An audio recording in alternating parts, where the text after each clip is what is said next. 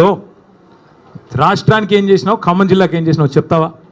కేసీఆర్ గారు కట్టిన ప్రాజెక్టు సీతారామ, ఆ ప్రాజెక్టుకు వచ్చి రిబ్బన్ కట్ చేసి నెత్తిన నీళ్ళు చల్లుకోవడం తప్ప నువ్వు పీకింది ఏంది, నీ మంత్రులు పీకింది ఏంది అని అడుగుతా ఉన్నా.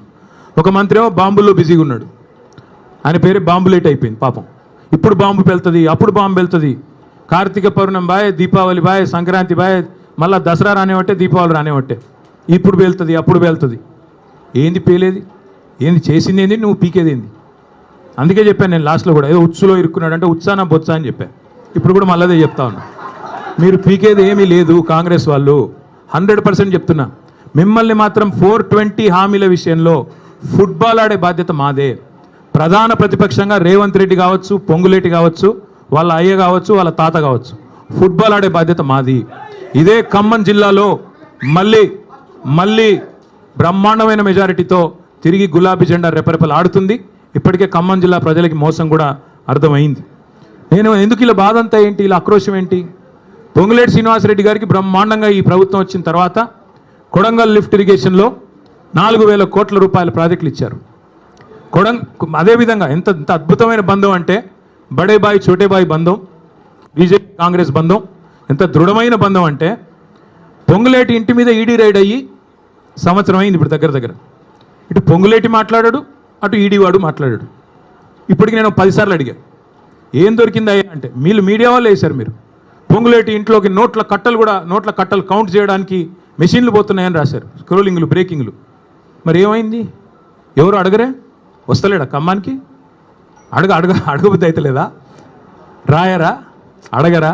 అట్లాగే అటు ఆయన ఈడీ ఆయన చెప్పడు, ఇటు ఈయన చెప్పడు, పొంగులేటి చెప్పడు. ఏం దొరికిందా అంటే, ఎన్ని 100 కోట్లు దొరికినాయి, ఎక్కడ పోతున్నాయి ఇవన్నీ, ఎక్కడ పోతున్నాయో మాకు తెలుసు. నీళ్ళేమో చంద్రబాబుకు, నిధులేమో రాహుల్ గాంధీకి, తెలంగాణ ప్రజలకు మాత్రం బూడిద. చేసిందేంది 20 నెలల్లో? ఇవాళ ఈ సివిల్ సప్లైస్ కుంభకోణం కానీ, అట్లాగే కొడంగల్ లిఫ్ట్ ఇరిగేషన్లో మీరు కేకును కోసినట్టు ఎంత బ్రహ్మాండంగా ఒక కంపెనీని ఈస్ట్ ఇండియా కంపెనీ అన్నాడు రేవంత్ రెడ్డి ఇదివరకు. ఆ కంపెనీకే ఇవాళ కొడంగల్ లిఫ్ట్ ఇరిగేషన్ ఆయన సొంత కాన్స్టిట్యున్సీలో సగం, ఇంకో సగం పొంగులేటి శ్రీనివాసరెడ్డి గారికి. అట్లాగే మిస్ వరల్డ్ అని ఒక కాంటెస్ట్ పెట్టాడు ఈ అందగాడు. ఇంకా మా జగదీష్ రెడ్డి గారిని పట్టుకొని నిన్నగాక మొన్న 3 ఫీట్లు ఉన్నాడు అంటున్నాడు. ఈయన పెద్ద అమితాబ్ బచ్చన్ అన్నట్టు. తిప్పి కొడితే నువ్వు 3 ఫీట్లు లేవు, నువ్వే పెద్ద పోటుగాడు లాగా ఆయన 3 ఫీట్లు, ఈయన డైలాగులు. అరే మనది మనం మర్చిపోతే ఎట్లా? కొద్దిగా ఎత్తు కుర్చీలో కూర్చోగానే అంత టెంపర్ వస్తుందా? కొద్దిగా టెక్నికల్ ప్రాబ్లమ్స్ ఉన్నాయి నీకు కూడా. ఎత్తు షూస్ వేసుకొని ఎత్తు కుర్చీలో కూర్చోగానే పెద్దోడు అయిపోతావా, అమితాబ్ బచ్చన్ అయిపోతావా? నేను అదే అడుగుతాను. ఈరోజు మిస్ వరల్డ్ అని పెట్టాడు ఈయన. మిస్ వరల్డ్ అని పెడితే ఏమైంది? అందులో ఒక అమ్మాయి మిస్ ఇంగ్లాండ్. కాంగ్రెస్ వాళ్ళ దౌర్భాగ్యం వల్ల 2 కాంగ్రెస్ నాయకులు నన్ను వేధించారు, ఒక వేశ్యలాగా చూశారు. ఇంత నికృష్టమైన ప్రభుత్వం ఎక్కడా లేదని ఒక ఆడపిల్ల, వేరే దేశపు అమ్మాయి ఆడకూతురు దరిద్రం అని చెప్పి మధ్యలో వెళ్ళిపోయింది. కనీసం యాక్షన్ తీసుకున్నావా? కనీసం రాష్ట్ర పరువు అంతర్జాతీయంగా మంటగలిపినందుకు ఆడకూతులకు క్షమాపణ చెప్పావా? నీదో ప్రభుత్వం, నువ్వో ముఖ్యమంత్రి. రోత మాటలు, నికృష్టపు డైలాగులు తప్ప, వైఫల్యాలు దాచుకోవడానికి ఈ నికృష్టం తప్ప ఇంకోటి ఏంది? నేను ఇంకొకటి అడుగుతా ఉన్నా. కొన్ని బాకా పత్రికలు, ఆయన ఊ అన్నా తుమ్మినా దగ్గినా ఓహో ఆహా అని రాసే బాకా పత్రికలు, ఎందుకంటే వాళ్ళు ఆడిచ్చినట్టు ఆడుతున్నాడు ఈయన. జుట్టు మొత్తం వాళ్ళ చేతుల్లో పెట్టుకొని వాళ్ళు ఎట్టు తిరగమంటే అటు తిరుగుతున్నాడు, వాళ్ళకి ఏం రాసి ఇవ్వమంటే ఇస్తున్నాడు. కాబట్టి వాళ్ళని అడ్డం పెట్టుకుని ఈయన నా మీద పెద్ద పెద్ద రాతలు రాసుకో. పక్కాగా చెప్తున్నా, శిశుపాలుడు కూడా 100 తప్పుల దాకా బతికాడు. నీకు కూడా టైం వచ్చింది. తప్పకుండా నీ నికృష్ట మాటలు, నీ దిక్కుమాలిన ఐడియాలజీతో మరి నువ్వు ఎన్ని డైలాగులు కొట్టినా కొంతమందిని కొంతకాలం మోసగించవచ్చు, కానీ అందరినీ ఎల్లకాలం మోసగిస్తాననుకుంటే కుదరదు. 10 ఏళ్లలో కేసీఆర్ గారు ఖమ్మానికి ఏం చేశారు అని ఒక సన్నాసి అంటాడు. ఏం చేశారా? 10 ఏళ్లలో కేసీఆర్ గారు చేసింది ఏమంటే, ఒకసారి గుర్తు తెచ్చుకోండి. 2014లో ఖమ్మం పట్టణం ఎట్లా ఉండే, 23లో ఎట్లా అయింది? ఖమ్మంలో ఎన్ని మెడికల్ కాలేజీలు ఉండే ప్రభుత్వ ఆధ్వర్యంలో 2014కు పూర్వం కాంగ్రెస్ పరిపాలన ఉన్నప్పుడు?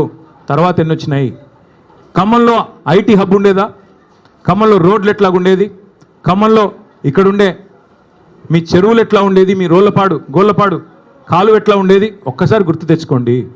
కొత్తగూడెం జిల్లా చేయడమే కాదు, 2 మెడికల్ కాలేజీలు ఇవ్వడమే కాదు, సీతారామ ప్రాజెక్ట్ లాంటి అద్భుతమైన ప్రాజెక్టు, జిల్లాలోని ప్రతి ఇంచుని ప్రతి అంగుళాన్ని తడిపే ప్రాజెక్టే కాదు, ఇవాళ ఖమ్మానికి కేసీఆర్ గారు చేసినంతగా ఎవరైనా చేశారా ఒక్కసారి గుండె మీద చేసుకొని చెప్పమని నేను కోరుతా ఉన్నా.